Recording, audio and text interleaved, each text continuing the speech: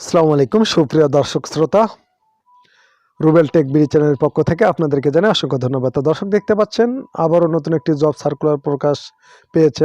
নিয়োগ বিজ্ঞপ্তি, গণপ্রজাতন্ত্রী বাংলাদেশ সরকার ডাক অধিদপ্তরে কিছু সংখ্যক লোক নিয়োগ নেওয়া হবে। আমি আজ আলোচনা করব আপনাদের সঙ্গে এই বিষয় নিয়ে, যে শিক্ষাগত যোগ্যতা কীরকম লাগবে এবং স্যালারি কত এবং কী কী অভিজ্ঞতা দরকার। আপনারা ভিডিওটি মনোযোগ সহকারে দেখবেন, ভিডিওটি কোথাও স্কিপ করবেন না।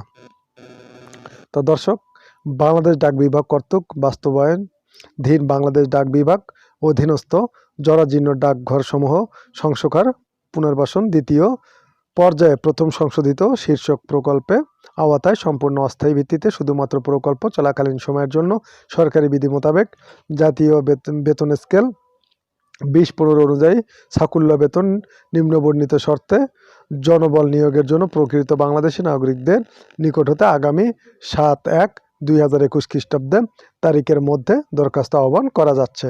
তা দর্শক, আশা করি বুঝতে পারছেন। ক্রমিক নং 1 নম্বরে দেওয়া আছে আপনার পদের নাম, গ্রেড ও সাকুল্য বেতন, জাতীয় বেতন স্কেল আপনারা দেখতে পাচ্ছেন। 1 নম্বরে বলা হয়েছে উপসহকারী প্রকৌশল সিভিল, গ্রেড হচ্ছে 10, বেতন হচ্ছে 27,100 টাকা। আর এই পদসংখ্যার লোক নেওয়া হবে 10 জন, আর অনূর্ধ্ব 30 বছর বয়সসীমা হতে হবে কোনো স্বীকৃত বোর্ড হইতে সিভিল ইঞ্জিনিয়ারিং ও অনূন্য 4 বছর মেয়াদি ডিপ্লোমা। তা দর্শক, আশা করি বুঝতে পারছেন। নিচে আবেদনের কিছু শর্তাবলী দেওয়া আছে, এই নিয়ে আলোচনা করব। তা দর্শক, যিনারা এখনও আমার এই নতুন চ্যানেলটি সাবস্ক্রাইব করেননি, অবশ্যই নিচে থেকে চ্যানেলটি সাবস্ক্রাইব করে নেবেন এবং পাশে থাকা বেল আইকনটি বাজিয়ে দেবেন, কারণ পরবর্তী নতুন নতুন জব সার্কুলারগুলো সবার আগে আপনাদের কাছে পৌঁছে যাবে। তা দর্শক, ভিডিওটি মনোযোগ সহকারে দেখবেন, কোথাও স্কিপ করবেন না, অবশ্যই একটা লাইক দিবেন এবং কমেন্ট করে জানাবেন ভিডিওটি কেমন লেগেছে। তা দর্শক শ্রোতা, নতুন নতুন সরকারি জব সার্কুলারগুলো পেতে সবার আগে চ্যানেলটির পাশে থাকবেন। 1 নম্বরে বলা হয়েছে 25শে মার্চ 2020 তারিখ প্রার্থীর বয়সসীমা অনূর্ধ্ব 30 বছর হতে হবে। মুক্তিযুদ্ধ শহীদ, মুক্তিযোদ্ধার পুত্রকন্যা এবং শারীরিক প্রতিবন্ধীদের ক্ষেত্রে বয়সসীমা অনূর্ধ্ব 32 বছর। তবে মুক্তিযোদ্ধা শহীদ ও মুক্তিযোদ্ধার কন্যাদের ক্ষেত্রে বয়সসীমা অনূর্ধ্ব 30 বছর। বয়স প্রমাণের ক্ষেত্রে কোনো প্রকার এফিডেভিট গ্রহণযোগ্য হবে না। তা দর্শক, আশা করি বুঝতে পারছেন। 2 নম্বরে বলা হয়েছে আধা সরকারি স্বায়ত্তশাসিত প্রতিষ্ঠান চাকরিতে প্রার্থীগণকে অবশ্যই যথাযথ কর্তৃপক্ষের মাধ্যমে আবেদন করতে হবে। তো দর্শক, 3 নম্বরে বলা হয়েছে নিয়োগের ক্ষেত্রে সরকারের প্রচারিত বিধিবিধান প্রতিপালিত হবে। 4 নম্বরে আবেদনপত্রের সাথে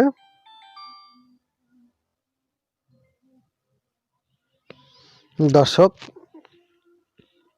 4 নম্বরে বলা হয়েছে আবেদনপত্রের সাথে সকল শিক্ষাগত যোগ্যতা সনদপত্র সত্যায়িত অনুলিপি, জাতীয় পরিচয়পত্রের সত্যায়িত অনুলিপি এবং 500 টাকা পোস্টাল অর্ডার প্রকল্প পরিচালক বাংলাদেশ ডাক বিভাগ অধীনস্থ জরাজীর্ণ ডাকঘরসমূহের সংস্কার পুনর্বাসন দ্বিতীয় পর্যায়ে প্রথম সংশোধিত শীর্ষ প্রকল্পে অনুকূলে প্রদান করতে হবে। তা দর্শক, আশা করি বুঝতে পারছেন।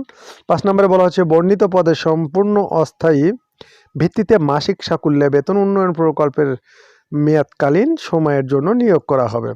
তো দর্শক, 6 নম্বরে হচ্ছে প্রার্থীর যোগ্যতা যাচাই দেওয়া আছে, আপনারা একটু কষ্ট করে দেখে নেবেন, কারণ ভিডিওটি অনেক বড় হয়ে যাচ্ছে, তাই বড় করতে চাচ্ছি না। তো দর্শক, একটু কষ্ট করে পড়ে নেবেন, লিঙ্ক দেওয়া আছে উপরে। তো দর্শক, 7 নম্বরে বলা হচ্ছে লিখিত মৌখিক পরীক্ষা অংশগ্রহণের জন্য কোনো প্রকার টিএডিএ প্রদান করা হবে না। তো দর্শক, 8 নম্বরে বলা হয়েছে উপরোক্ত তথ্যাদি মোতাবেক বাছাইয়ের পর্বে কর্তৃপক্ষ বিবেচনায় কেবলমাত্র লিখিত পরীক্ষায় উত্তীর্ণ প্রার্থীদের নির্ধারিত তারিখে মৌখিক পরীক্ষা অংশগ্রহণের অনুমতি দেওয়া হবে। তো দর্শক, 9 নম্বরে বলা হয়েছে নির্বাচিত প্রার্থীদের বেতন ভাতা অন্যান্য সুযোগ সুবিধা উন্নয়ন প্রকল্পে নিয়োগ সংক্রান্ত সরকারি বিধিবিধান দ্বারা নিয়ন্ত্রিত হবে। 10 নম্বরে বলা হয়েছে উন্নয়ন প্রকল্পে সমাপ্তির সঙ্গে চাকরি অবসান হবে, সে অনুযায়ী সংশ্লিষ্ট নিয়োগপত্রের চাকরি অবসানে নোটিশ হিসেবে গণ্য হবে। 11 নম্বরে বলা হয়েছে পদ সংখ্যক কম বেশি করার ক্ষমতা কর্তৃপক্ষ সংগ্রহণ করে। 12 নম্বরে বলা হয়েছে বিজ্ঞপ্তিটি বাংলাদেশ ডাক বিভাগ, ওয়েবসাইট হচ্ছে www.bdpost.gov.bd এ পাওয়া যাবে। এই নিয়োগ বিজ্ঞপ্তি সম্পর্কিত কোনো সংযোজন যদি থাকে বাংলাদেশ ডাক বিভাগের নিজস্ব ওয়েবসাইটে পাওয়া যাবে। তো দর্শক, এই ছিল এখনকার জব সার্কুলার। আশা করি বুঝতে পারছেন। তো দর্শক, ভিডিওটি যদি ভালো লেগে থাকে অবশ্যই চ্যানেলটি সাবস্ক্রাইব করে পাশে থাকবেন, কারণ নতুন নতুন জব সার্কুলারগুলো সবার আগে আপনাদের কাছে আমি পৌঁছে দেওয়ার চেষ্টা করব। দর্শক, ভালো থাকবেন, সুস্থ থাকবেন। আবারও নতুন একটি সরকারি জব সার্কুলার নিয়ে আপনাদের সাথে দেখা হবে খুব শীঘ্রই। ততক্ষণে ভালো থাকবেন। খোদা হাফেজ।